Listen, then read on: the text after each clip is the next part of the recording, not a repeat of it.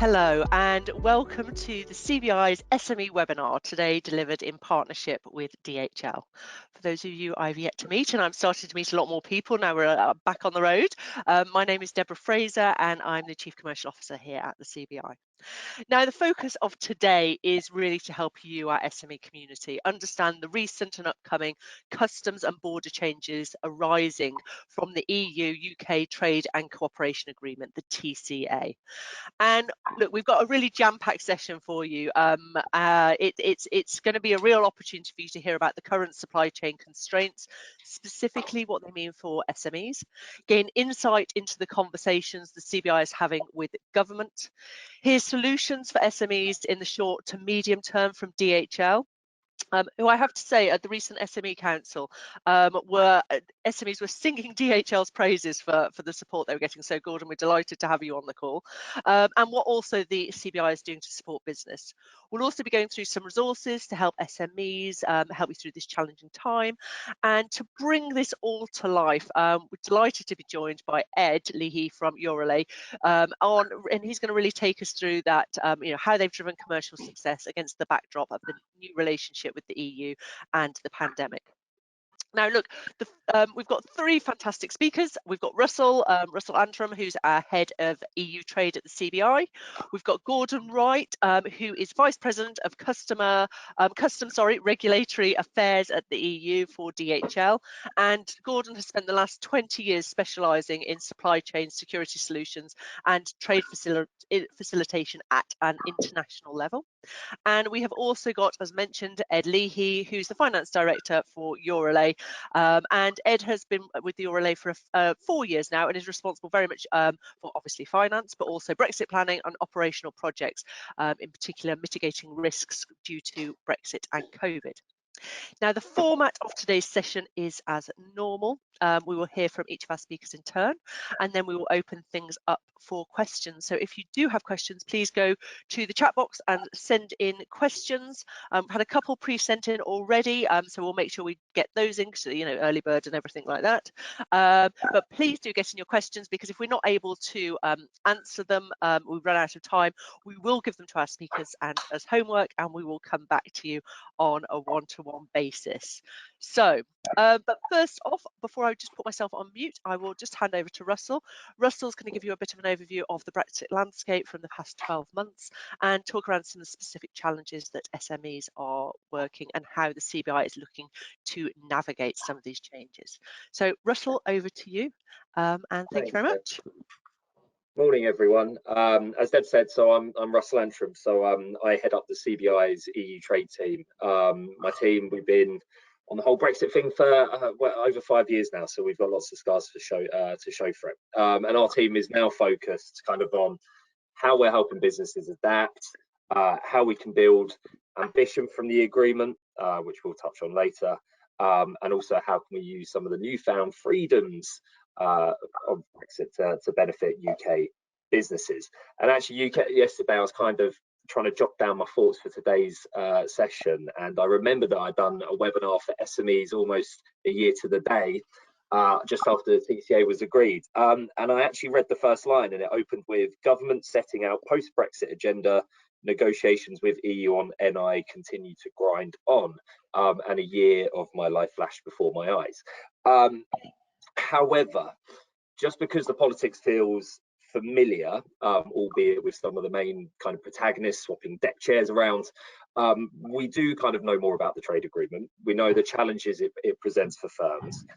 We also kind of know where where opportunities are and where we would want to build ambition, and kind of want ambition to be built out in the long term. So in under 5 minutes, I'm going to try and give, as Deb said, a bit of context, a bit of the politics, and then pass on to Gordon and Ed, who are having to do this day to day, and will be a lot better than me at talking about the technical details. So 3 things to cover. So state of play for businesses on the ground, kind of helicopter view.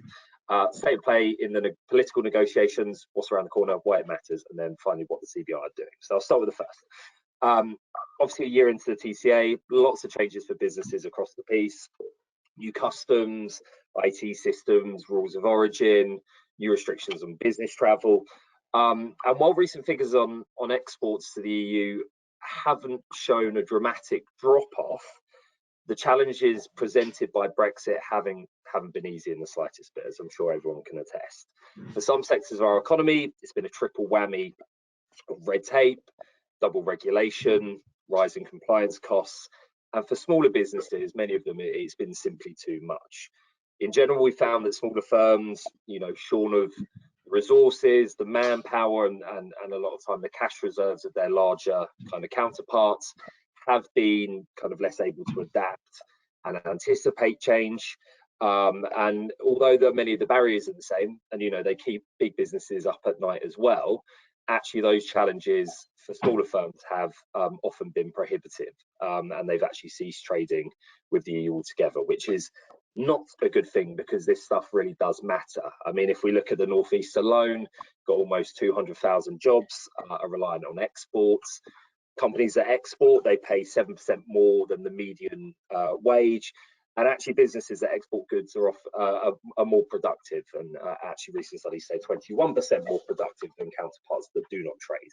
So if the government is really serious about whether it's leveling up, raising living standards, productivity, this stuff really does matter. So we've got the TCA, and it has challenges, and there's a problem, which brings me to my second point, which is that kind of age-old Brexit boogeyman, which is politics. Because the politics, we know there are challenges, but actually to try and address some of those challenges and change them and make it easier for firms, the politics is really holding that back. And it means the changes that everyone on this call, I'm sure, are experiencing now are here for the foreseeable future. The reasons for that are manifold, and I don't need to go into all of them, but I think a big key blocker in this is Northern Ireland. I won't get bogged down into the intricacies of the Northern Ireland Protocol either, because this webinar will overrun quite significantly. But I think the acrimony, the kind of impasse, the tactics employed not just by the UK but also the EU have undermined trust. And it's that trust that is going to be absolutely critical if we're going to kind of build more cooperation and kind of reduce some of those market access barriers that we're experiencing now. Liz Truss has come in, replaced David Frost. The mood music is more positive, the atmosphere more cordial, but so far it hasn't garnered any developments on the technical side of Northern Ireland. So I think it's something that is going to take time. We've done huge amounts of engagement. That we have had some successes, but until that is done and that is kind of sorted, you then have a trust building exercise, and that's when we can really get into looking at, okay, where does the TCO open up opportunities to build ambition? And I suppose for firms, because things aren't going to change, they really need to be adapting, and this is why it's so great that Gordon and Ed are here to help companies do that. They need to adapt, get used to the new rules, because they are here for the foreseeable. I think what's also important is they actually make their voices heard. I think it's on this latter point that the CBI could be particularly helpful, and a little bit of the other stuff too.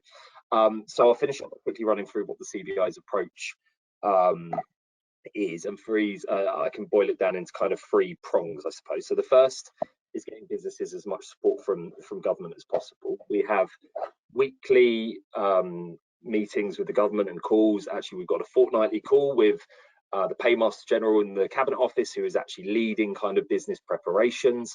Our DG Tony Danker is actually jumping on one this afternoon, where the new Brexit Opportunities Minister, Jacob Rees-Mogg, is making an appearance too.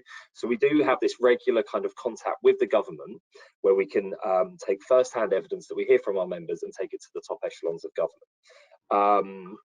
And it's really useful, and we have got some significant wins out of that. So please do not stop getting in touch with us and telling, because your challenges have as much weight as the challenges of big businesses.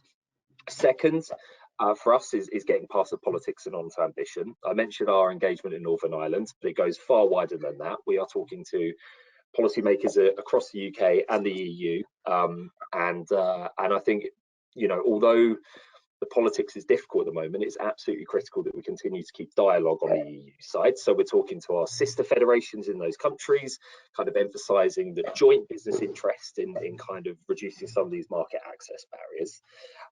And we're even looking at bilateral agreements. So listen, the Trade and Cooperation Agreement is unlikely to change anytime soon. But that doesn't mean that we can see if there are opportunities between the UK and individual EU member states and stuff like business travel, which will be affecting services firms in particular. And then third and finally, the future of the UK kind of post-Brexit. So far, I think everyone will probably say that Brexit has caused problems and very little in the way of positives, unless you're a lawyer. I mean, if we accept that the barriers between us and the EU are here to stay, it's imperative that there's a laser focus on the UK side to say, okay, how do we actually use some of these newfound freedoms that we have to deliver better growth and greater competitiveness. Now, the CBI have been absolutely clear this isn't about a kind of bonfire of regulations. It's not changing a whole swathe of regulations for the sake of it and actually shooting ourselves in the foot and making it harder for firms. It's about how does the UK regulate in a kind of smarter, better, more agile way that helps companies to grow and provides an environment in which people want to invest and can grow their businesses. And I will probably sound like a broken record here. Again, if this is something that you are interested in, you pay the CBI money, do use us, make your voice heard. So whether it's on Brexit and the challenges you're facing, or what opportunities you think the UK can grasp, please do get in touch with us and the team. And Debs, I will leave it there, talking about member fees and the fact they pay. Thanks. Yeah, and please, if you want to, bearing in mind Tony is literally going to see Rees-Mogg, this afternoon. If there are any points you want landed, use the chat box not just for questions, but for any comments, and we can gather that up and use that as part of our sort of briefings and intelligence as well. So please do tap away on the question box and use it for comments as well. Right, I'm really pleased to hand over to Gordon next. So Gordon's going to be providing an overview of the sort of end-to-end solutions and support that DHL can provide, including their work in particular with SMEs. And so Gordon, over to you. Thank you. Thanks, Debs. Can everyone hear me okay? Yeah, good, excellent. First of all, I'd like to thank CBI for inviting me to talk to you today. Specifically focusing on supply chains and trade routes between the UK and the EU. What I want to do, though, really is use this opportunity to talk about some of the impact that we've seen from Brexit on DHL and the way that we operate day to day, talk about some of the statistics, focus a little bit on the opportunities that we see within the current environment with the TCA and so on, and maybe also talk a little bit about how you can help yourselves in terms of your exports to the European Union. As you can imagine, within DHL, the SME community is really, really important for us, and that's mainly been driven by things like the growth of e-commerce, which I'll touch on later. But the big impact, I guess, for the UK has really been around the new challenges with Brexit and the new rules that have been put in place, the customs procedures and so on. And I think, being realistic, we all know that it has really fundamentally changed the relationship between the EU and the UK in terms of trade, because we've got these new challenges and procedures, new ways of trading, some additional costs and so on. But opportunities still do exist, and I want to spend some time talking about that as well. So, obviously, when the UK was a member of the European Union, it had free movement of goods and services and so on. Trade was more or less seamless between us and our biggest market at the time, which was the European Union, as it is today. But now we're in a much more a different environment where there are some challenges. Now, most of these challenges have come about because we've got these new procedures that we're having to implement, but they're not completely new to us, because we know that before we entered the single market, we were actually trading like we do today with Brexit. There was a requirement for customs declarations, both going into the EU and coming back out again. And some of the early things that we've seen is that when you look at the statistics from the Office for National Statistics, in terms of exports into the EU, they've fallen by about 12%, with a value about 20 billion compared with 2018. And This one I found quite interesting. Looking at it from the other way around, UK imports from the EU have actually fallen by 45 million in 2021 compared with 2018. Now, that could be a sign that people are actually buying goods on the domestic market and may be good for UK industry. I'm sure CBI know a lot more details about that. But focusing on some of the issues that we've seen at an early stage with the procedures, the transitional procedures starting to be integrated into the cross-border requirements, one of the most important things that we've seen in an area where you can help yourselves with your exports to the EU is the requirement to have good quality data, because we're seeing an increased emphasis on that from customs administrations, particularly when they're looking at the customs declarations, the accompanying paperwork and so on. And they're ratcheting up the pressure on us and other supply chain logistics providers to ensure that the data that we provide to them is accurate, it's provided in a timely manner, it's complete and so on. And they're actually going to be, in the European Union, they're going to be legislating from 2023 in March, a requirement for certain goods descriptions, as an example, that will be acceptable and non-acceptable. So some of the goods descriptions that are being used today will be rejected outright. And we know that that will be a problem, particularly for SMEs who are not that familiar with it. The good news is that we've got the solution. We've actually integrated these unacceptable goods descriptions into our systems. So if an SME is asking us to deal with their customs declarations, their logistics and so on, we can help them by finding the solution and ensure that their goods descriptions are cleaned up before they enter into our supply chains. Another challenge that we're seeing, and it's a common one that we see within DHL Express, is that there is not a level playing field between all of the EU member states. And I'm sure a lot of the SMEs that are on this call today will be familiar with that. As an example, the way that the member states deal with the processing of prohibited and restricted items, they differ from member state to member state. So one particular commodity would be accepted, say, in France, but rejected in Italy. And that's why it's really important for us to use that information to work with the European Commission and the member states to try and get that harmonization done across the European Union, so that you have that predictability of what the requirements are when you're actually trading into Europe and so on. So as I said, I mean, I think the most important thing when it comes to looking at the European Union, one thing that hasn't changed, it's still the biggest trading market for the UK. And while there are these challenges in place, once you get used to the customs formalities and the requirements that are needed, it gets easier over time because you become more familiar. It's interesting also to reflect that you won't be asked for more data when you provide your shipment to others and other logistics providers, because all the information is already there. It's on your commercial invoice and it's normally on your contract to carriage. That's really the two main documents that we need with the really accurate information. And that should help the smooth flow both going into the EU and coming back into the UK from the European Union as well. So in terms of e-commerce, it's had a massive impact on us as a company, as you can imagine. The pandemic has really driven a lot of that, of course. It was already growing with these marketplaces, with your Amazons, your Alibabas. But of course, when the pandemic came and shops were closing down, everyone was sitting at home, of course, ordering their goods online. I know that my wife has become a particular expert in this, and she knows the Amazon delivery guy on a first name basis. So in terms of online sales in Great Britain, for example, there's been a 26% growth up until December 2021. And that's a 10% increase on the pre-pandemic proportion. So as you can see, that's quite significant. It's brought some challenges, but it's also brought opportunities as well. So looking at the opportunities, they do exist in the EU. We are here, we can assist you with that.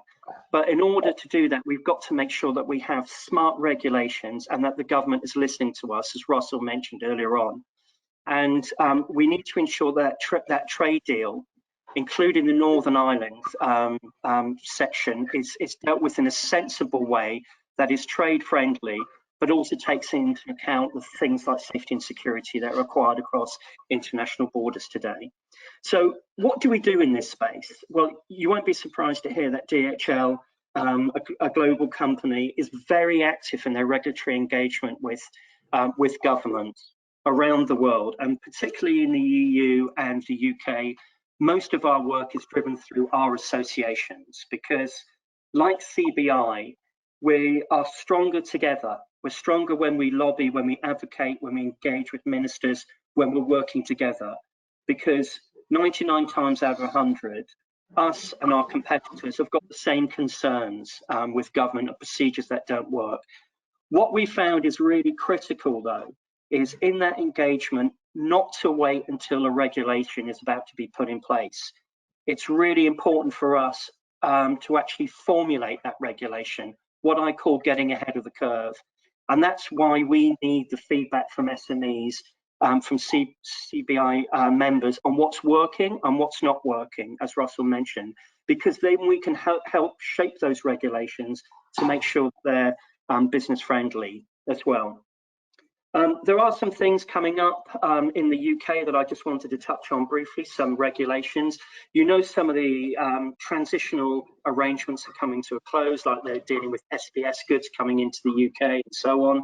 But the one I wanted to single out, which I don't think it's had enough publicity as it should have done, is the requirement, if you are having your shipments flowing into the UK from the EU, there will be a requirement for March 2023 for this preloading data to be transmitted prior to your shipments being loaded onto our aircraft, for example. I know that you're probably aware of that requirement today when you're using Express flying into the EU. Well, it will be required coming back the other way, and that means that we are updating our systems to make sure that we can integrate your data and provide that filing into governments on the due date from 2023. The good news is we won't be requiring new data from you, but it does mean that we'll have another procedure on top of what we're doing today for UK inbound goods. On the horizon, of course, it's not all new regulations and new requirements. There's also things being put in place that should help UK business, and the one that I wanted to highlight was the UK government single trade window proposal, which is part of the 2025 strategy. That should bring some real benefits associated with that. One of the complaints that I hear on a regular basis from all supply chain partners, whether importers, exporters, manufacturers, is the fact that they have to provide data multiple times to multiple agencies. The UN Conference of Trade and Development did some work on this, and in a normal supply chain, the same information has to be provided 12 times.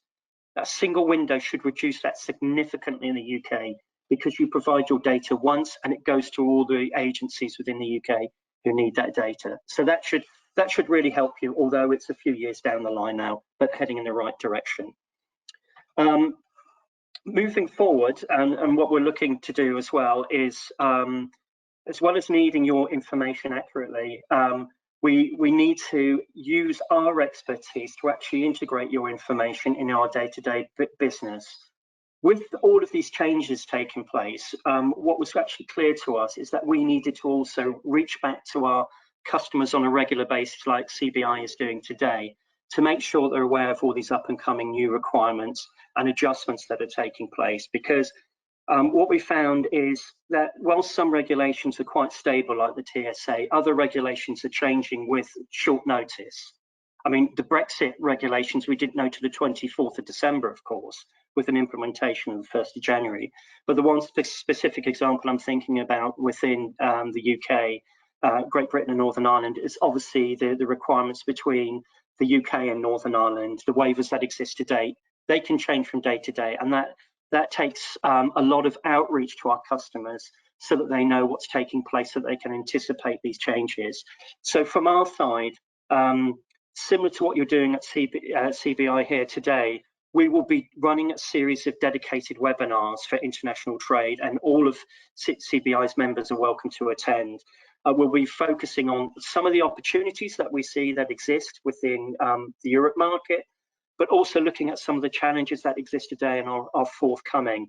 And in that regard, we would encourage you to sign up to our webinar. Basically, you'll be able to see the link to that within the chat. And the link basically is dhlguide.co.uk/go further. It will cover off a series of aspects of the new emerging regulations and requirements today, and you're more than welcome to join. I think that's enough for me. Deborah, back to you. Thank you, Gordon. That was very, very informative, and we will make sure that the webinars are absolutely circulated. Just in terms of sort of what's working and what's not working, it was a bit of a love-in at the CBI Council about DHL, to be honest. So we will make sure we get those notes over to you, because there was lots that people were finding working. So right now, Ed, I'm going to hand over to you. Really keen, obviously, to provide an overview of the Brexit landscape from an SME perspective, also the specific challenges that Eurolay has faced, and how you've been very proactive in looking to overcome them. Thanks, Debs. So I'm Ed Leahy, I'm the Finance Director at Eurolay. So we're an importer of continental cheese and yoghurt. We're French owned, so we're one of our French parent company's UK subsidiaries. So clearly for us, Brexit was a key challenge and a key uncertainty. We import about 80% of our products from the EU as a whole. So I'm going to talk about how we plan for it and how it's been on the ground, and a couple of things that we're still kind of wary of going forward later in the year. I think it's important for us to recognise we had no experience of importing or exporting. We moved product from Europe to the UK, but we weren't importers and we weren't exporters. And we didn't know what we were planning for. So quite a difficult situation. So the first thing was to make it a priority, put a working group together and report back on actions. We had to educate ourselves primarily. We had to reach out to people, not necessarily the government website, if I'm honest, but reach out to the CBI, trade bodies like the Provision Trade Federation, to our customers, to Chambers of Commerce, to try and understand as much as possible about trading as a third nation. And that took a bit of time. But clearly, when you work together and collaborate, these things are possible. We had to come up with different scenarios. The big worry for us was that there'd be a very hard Brexit, harder than we actually achieved in terms of import tariffs and the commercial impact of that. What would that look like in terms of pricing for our customers and the potential impact on demand? Fortunately, that kind of situation was averted, but we did end up with quite a hard Brexit. And I think for Eurolay, we recognised that quite early on we were probably going to leave the single market and the customs union, and therefore we had to work on that basis. A lot of people, a lot of other SMEs in the area talked about, well, you don't know what you're planning for, therefore there's no point doing anything, and we felt that was the wrong thing to do. Because clearly things were going to change, and therefore you had to be prepared. So I think that was an important assumption to take in terms of our planning, but we had to be proactive in terms of reaching out to our suppliers and educate them as well. So it's no good Eurolay knowing what we're doing on our side. Our suppliers need to know what they need to prepare in Europe. So that was a lengthy process, but one that we kind of owned, didn't wait for that to happen. Other bits of planning that were important, Gordon talked about data. So we kind of had patchy data, if we're honest, about product weights, commodity codes. We had to clean all that up, because if you get that wrong, you can get hold-ups, you can get cost and delay. So again, kind of nitty-gritty kind of stuff, but really important when you're dealing cross borders as we are now. We appointed a customs agent as well. We're not going to do this ourselves. We don't have the resource to bring it in-house. So we work with a partner who could provide that kind of service for us, and got that in place very early on, because clearly there was a scramble for kind of customs agents resource at the last minute. We already had that kind of allocated. So our mantra really was control what you can control. And mitigate the biggest risk was things being held up at ports and at borders. So we felt through those actions we're in a reasonable place going into 1st of January this year. So then conversely, how's it been? What's the experience been like this year? It's been okay. We now have barriers to trade that we never used to have, which isn't a positive thing really, but it's not a disaster. So is that a measure of success? Depends on your point of view, probably not, but equally it's very manageable. My summary would be things take longer, they cost a little bit more money. We've had to increase our prices to our customers, but only in a kind of modest way, not in a material way that impacts the business. So that's my kind of overall summary, but also we've had to do things differently, and this is a positive thing to come out of Brexit. And I'll give some examples. These are probably things that we could have been doing anyway, but actually Brexit and COVID to an extent gives you that kind of impetus to look at your processes and do things differently. So the big one for Eurolay was that we were very reliant on kind of temporary labour at Christmas. So we distribute and pack and process cheese in the run up to Christmas when the demand is massive from our customers. And we relied on a lot of temporary EU workers to do that, to be honest, arriving on site in November and December. And it became apparent that due to immigration rules changes, that wasn't going to be possible or realistic to rely on. So we had to kind of shift a lot of our production activity away from Christmas, and how can we start packing and preparing products earlier in the year. So a big cross-functional project to do that, looking at kind of product life extensions, looking at product freezing, and how we can get product listed earlier in our customers. And that's been able to shift that requirement from November right into July and August and reduce that dependency on temporary EU and GB staff as well. So it's actually made our business more resilient, safer, and easier to manage. Second one, big change for us, and again, we're not experts on this. You make your own luck in a way by trying things differently. Was about how we trade with Ireland, the Republic of Ireland in particular. So Ireland's about 10% of our business. We bring in product from France. We kind of very lightly process it in the UK and we send it into Ireland. Under the TCA, that was going to prove problematic in terms of this kind of rules of origin requirements and potentially attracting a tariff exporting back into the Republic of Ireland. So we partnered with an organisation in Southern Ireland to do a co-pack operation for us, something that we couldn't have imagined setting up before with no experience of doing it, but essential to preserve our supply to our customers in Ireland. Is that a good thing or not? We think it is, because we preserved our business, but equally that's work that was being done in the UK is now being done by a partner in Ireland. So it's kind of swings and roundabouts, but equally it highlights how you have to be agile and look at different routes to market in a post-Brexit kind of world. Third real impact on the ground, Northern Ireland we talked about. It's relatively small for us, but we've seen a big drop off in demand. A lot of customers just shying away from Northern Ireland because they kind of don't know what's going on and it's unclear. So that's definitely something that we're keen to resolve. I think there's opportunity to do that over the next year or two. And the final area where we've kind of optimized how we work is about how we use transport. So for years, we would just kind of chuck cases of cheese on a lorry and it would just drive off and end up in Somerset. We have to utilize lorries much more efficiently and load them up fully if you're paying a customs fee to bring that lorry in. So it makes sense clearly to load it fully. It always did make sense to utilize your transport efficiently, but actually it gives you that push to look at why are we bringing in that product in such small quantities? Can we look at our stock holdings differently to make sure that we're utilizing our logistics budget as cleverly as possible? So some good examples, I think, of just practical ways that you can look at how you work, how you structure your operations to be more resilient in the face of Brexit and the pandemic. But it has been tough. It's been a tough place to do business, 2021, because of COVID, because of Brexit, because of inflation. And that's not necessarily going to get any easier over the next 12 months. So looking ahead, what are the future challenges around Brexit and supply chain? I think it's probably fair to say, particularly in the food industry, we're not out of the woods yet. There are further requirements coming in July and in September for dairy.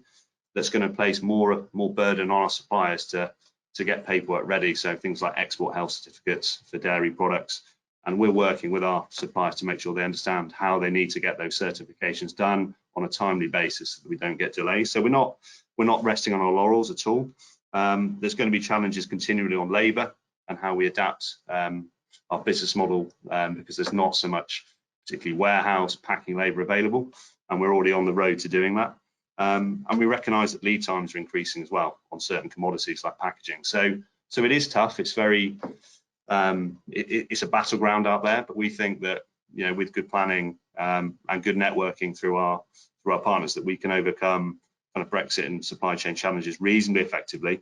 But there are things that we need the government to put in place. Northern Ireland is one. I think you referenced, Gordon, kind of duplication of information. That's a real burden on a company like Eurolay. We're putting information into customs systems, to customs agents, into DEFRA systems. If we can just put it into one place and then that information and data cascades to where it needs to, that would be great. And my technical team would thank me for that, because that's just a frustration. It's half an hour a day, but that adds up in an SME when you've got other priorities, whether that's COVID, health and safety. You could do without it. So how can technology help support and digitalize that process? I think it will happen for sure, because businesses will make it happen. But so there are opportunities to work with the TCA. We're not looking to change it and row back on what's been agreed, but we want to make it work more effectively. And I think data and systems it's already happening. I think people like DHL, our hauliers, are doing it, but I think there's more to go, and I think the government can step up there. So that's kind of my summary. We plan for it. It's been okay on the ground, but we're not out of the woods yet. Would be my kind of summary on Brexit and EU trade.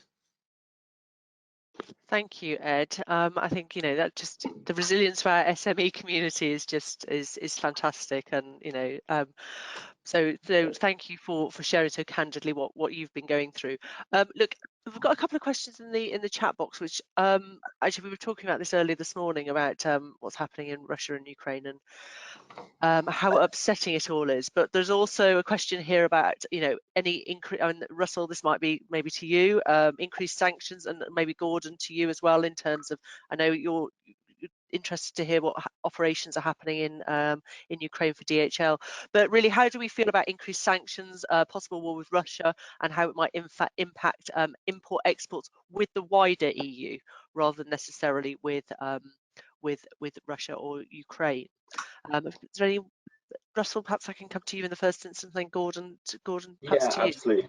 Listen, I know so my colleagues in the international trade team at the moment are kind of talking to members around the impact of sanctions. So listen, I don't want to prejudice the work that they're doing, and if anyone on this call is particularly interested in that, listen, reach out to us after this.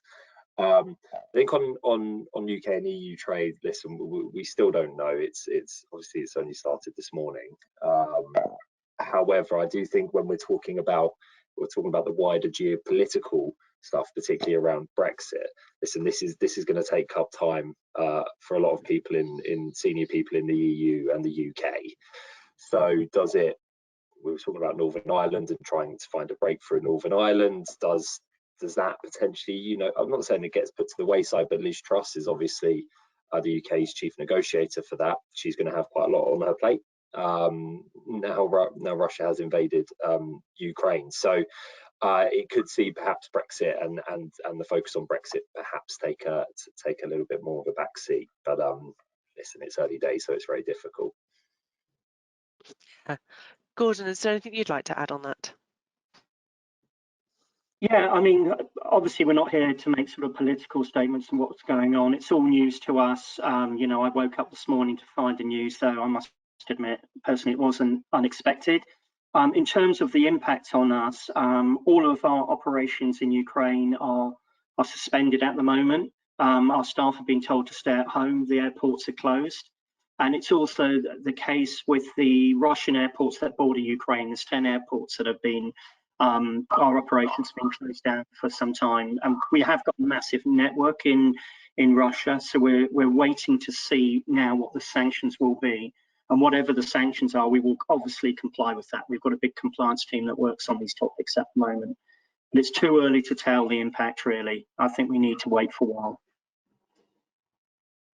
Kieran, I think what we'll do is, as an organisation, as CBIs, is keep putting out information intelligence as we get it, in terms of that, not on the political bit, as you say, Gordon, but actually what does it mean for businesses, and that piece.